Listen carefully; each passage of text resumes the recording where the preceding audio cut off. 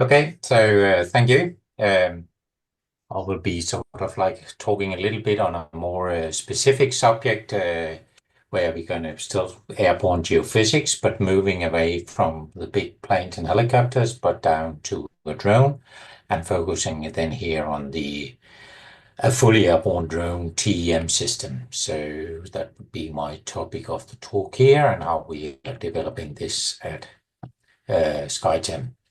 So I will focus on the actual TEM platform, a little bit also on a carrier drone, and then show you some of our first results from different test sites around Denmark. So the instrument platform, as we see here, we call it the Diamond, and it's not because I think it will be very well suited for diamond exploration, but anyway, the shape of it could go into the diamond. So for a time domain EM system, of course, we need a transmitter loop. Again, it's running in this perimeter of the diamond form here. So it's running within this circle here, which gives us then a transmitter area of 17.7 square meters, right? We have the wings here to that adjust to help level out the flight specs at various speeds. It has a single tether attachment up to the drone or alternatively a small scale helicopter. Uh, the total weight, depending on how many battery packs of length of operation, is below 50 kilos, but we are actually down to 37 kilos now on the lightest version of the systems. And we have sort of like all of the electronics in this cigar form up here, and our receiver coils down here at the end of the system. And you can say there's been a few iterations through our transmitter technology here. Uh, we increased our dipole moment from 160 to 250 amps in these 17.7 square meters, so a total transmitter moment just below 5,000 NIA of this system. It's running with a high transmitter base frequency of more than 325 hertz. So that would be the blue curve here would be our on-time pulses, and again running in millisecond scale here. So half a millisecond on time. And then our turn-off rate of the actual pulse has increased from 12 amp per microseconds to 19 amp per microseconds. And that again would mean that actually we have a shorter ramp down from the 250 amps that we actually had originally for the 165 amps. And all of these things is, of course, optimizations to give us surface near resolution of the system. So it is a system very much optimized for geotechnical solutions and top few meters, but still the penetration depths of to around 100 meters, actually below surface of this single moment EM system. We needed a drone, and you can say we say here we were starting out also just to give us not too many weight restrictions, is that we need a drone that will have a lifting capacity of 50 kilograms, right, of payload beneath the drone. So we are working with a Danish drone development companies. These drones really not commercially available, and especially not if they need to have a longer kind of service period, can stay in the air for long times. There are drones out there used for crop dusting that can take off with a weight of 50 kilos, but because it discards its weight, right, while it's flying, it gets lighter and lighter during its flight time, so it doesn't need to keep the same weight. We prefer our system to stay over the drone for the entire flight, so we will keep the same weight all the way through. But what we have now is then a heavy lift hybrid multi-rotor aircraft, right? So it's gasoline powered as such, but it all the six rotors is electrical powered, right? So it's electrical motors, but it's a gasoline engine driving all of these electrical motors. Yeah. The drone itself is just above the 50 kilos, and it has this 50 kilo takeoff weight, so the combined weight of the system will be just around 100 kilos at takeoff. Then to test this and get actually allowance to operate with this drone, right? Because when we get drones up to this kind of weight, there's all sort of additional legal and aviation permits to get to be able to operate this drone. And this is then in Denmark, where we down here has the biggest drone test center in Europe. So we've started our tests down here to be able to first fly just a drone, and then the next part to actually fly the drone with the payload under, so our diamond over that. And now we have sort of like the permit has since the June 23, actually, we got the first drone permit to actually operate this, still in visual line of sight. So we need to be within 500 meters of the drone to carry out the operations with the system. And for the moment, this drone operation license is valid in Denmark, and it has also been transferred to Sweden and Norway. So we are slowly expanding in different markets on where we can operate with this. Then we will start to go into some of the first data collections. The lower part here with Gisseloe and HCAA, that's within this drone test zone. So this was where we could do the very first flights. And then the second test center up here is just close to the SkyTeam headquarters. And that's where we did sort of like the first really survey mapping and comparison with the ground geophysical data.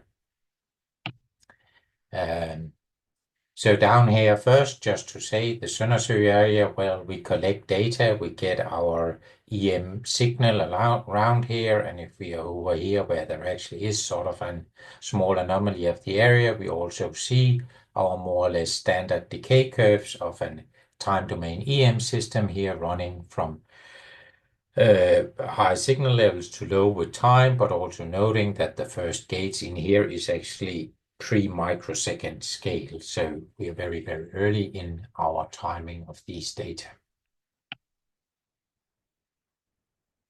So this was just a picture from the very first flights. It's actually a potato field. We are standing in here flying the survey, and that's of course also, even though you can say for depth and things like that, and also for resolution, we might be comparable to ground tow TEM systems and so on with the drone, but being able to actually fly above crops, not doing any sort of like damage to the crops on the fields, largely expand your survey market with getting the system airborne compared to a ground-based system.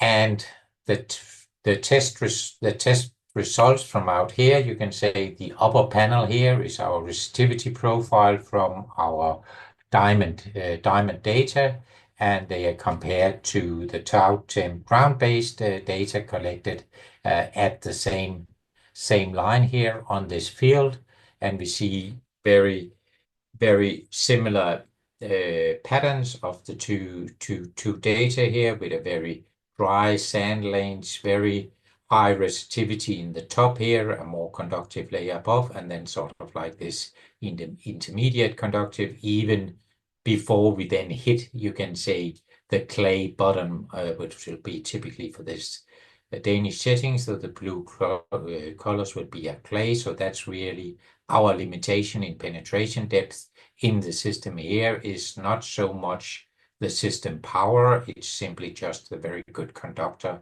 that we meet here at 40 meters below surface.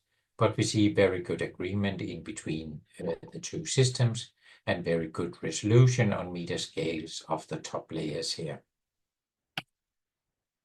And just as a second line for the very same survey area here, again, very good agreement in results between the known ground-based data and the diamond data. Then we will go into another test area here of looking at the data, and you can say what the scope of the work up here is actually that these are nowadays farmlands, but they have been drained for water, so it's previous wetlands, right, that you have transferred into farmlands. But in that process, you are now realizing that some of the peat layers that you have had on these wetlands, they are now starting, of course, to decompose due to now being air in the air rather than on the water, and that is then releasing CO2 in this decomposing of the peat. So we're into this environmental aspect here as well, and there's made an agreement in Denmark that then we will try to actually transfer some of these wetlands back into, or some of these farmlands back into being wetlands. But then we need to figure out what kind of compensations do the farmers need. So we need this detailed mapping of peat extension and peat thicknesses in these areas where this sort of like high resolution airborne magnetic can help us in this mapping process. And then just to see how does it actually look in flight, there will be a video here running through how the assembly and operation of the actual drone and diamond is looking. So please lean back and look.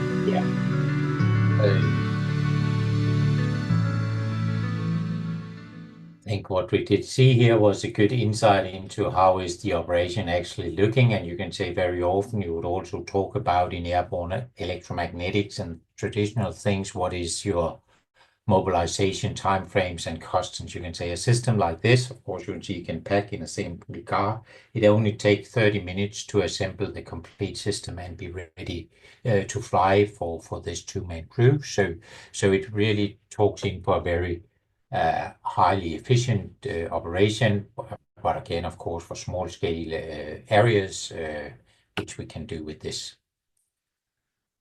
Another illustration of the data sets here is where we will see now that we fly down across this line. This is our individual measurements, and we will see here as we start the movie how it will be stacked.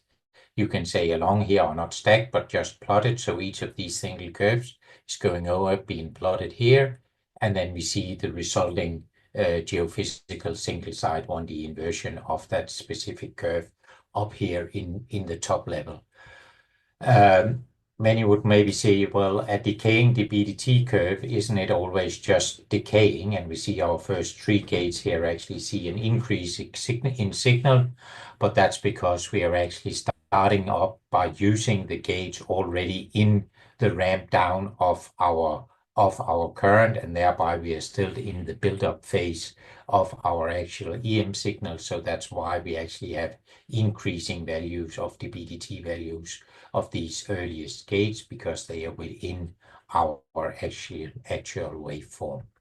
So just to see as we go here, we see as we go along the line, how the signal is varying along the line, and then how we get these different geophysical inversion 1D models comparing to each of this, and we see how this decrease in actual signal strength is correlating again with this very highly resistive layers that come up here, the sand lens, and then we see there is a small sort of like conductive area on top of that corresponds again with the higher signal level seen here at these intermediate gates. So this is really how we would collect our data, and for this it's actually the plan that there more or less will be a real-time visualization of your results as you fly along with the drone on your acquisition control here, so you can see a similar picture to this as you fly and collect the data. For the same survey area here, just looking at simple profile and again comparing it to existing ground-based data. These are both, you can say, these two lines over here of the diamond data. We see our highly resistive dry sand lens up here. The conductive layers on the very top is really actually the peat layers, and then we have some more clay horizons down here and some water-filled sands at the lower levels. We will focus further into the top 10 meters, but we will also compare it with ground temp data for the same lines. So in this line, we have the same two lines similar to the ones that was selected here on the diamond data. We have those now with the ground-based tow temp data that is collected along those same lines here, and we see very much the similar structures in these two, but a more smooth and coherent picture in the drone data. Focusing in on the top 10 meter, now these are again our ground-based data. We have some more conductive material out here. We have the sand, and we have this sort of like slightly more conductive layer up here, but diffusing out over the top 3 to 4 meters. These are then the same lines on the drone data. We see overall the same picture with the more conductive part in the right sand and the resistive land, but we see a much more focused area of the conductive part here compared to the more diffuse part here on the ground-based data. And in this actual survey area, they have actually been out, you can say, with spears setting down to actually map the peat thickness, and that is the evaluation that it's the thicknesses we see here on the drone data that is comparing to this spear mapping of the actual peat thickness in the area. So again, putting into respect that the drone data is really giving our correct, very surface near resolution of these data. And also another supportive this is that also it's been also surveyed with the frequency main dual EM21HR system, right? That is really focusing on top mapping and just seeing these top 4 meters. But again, it has this very thin conductive layer at the top comparable to the drone diamond selected data. And looking solely on the drone data, we can also see why do we see the difference? And in here we can say these are actually exactly the same data, but we just change what would be the earliest time gate that we will use in our inversion process. And each of these very early gates is approximately 1 microsecond wide, right? So this would be, the first gate will be used at 4 microsecond, at 6 microsecond, or at 9 microsecond. And we can see when we have the earliest gate, we get this clear definition of the very thin surface near layers. But as we get out to the 9 microsecond, we get this more diffuse picture that we were also seeing on the ground-based data. So the main takeaway here is, of course, also to say, well, we can do this with the diamond data. We get the versatility of the operation, but also the importance of being able to use these very early times also to enhance your surface near resolution.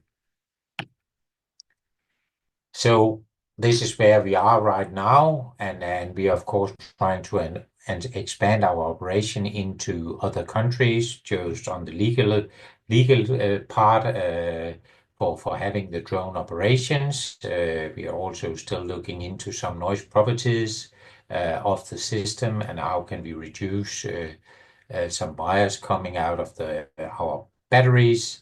And then we can also see, actually, in order to use this system, maybe even already on wider ranges, are we right now actually flying a survey in Norway, where we use the diamond frame itself, but operated under a small Robinson R-44 helicopter, right? So it's actually versatile in that way, that if you need longer distances to fly with, you can do it, but still only need surface near resolution. You can fly it with these very small helicopters that then economically typically is a lot less expensive than the standard helicopters used for the standard helicopter time domain EM systems. So again, for geotechnical investigations, tailing facility surveys and things like that, where it is a smaller scale, this could be both operated by a helicopter or by the drone as the actual drone lifting parts become more and more matured. Thank you very much.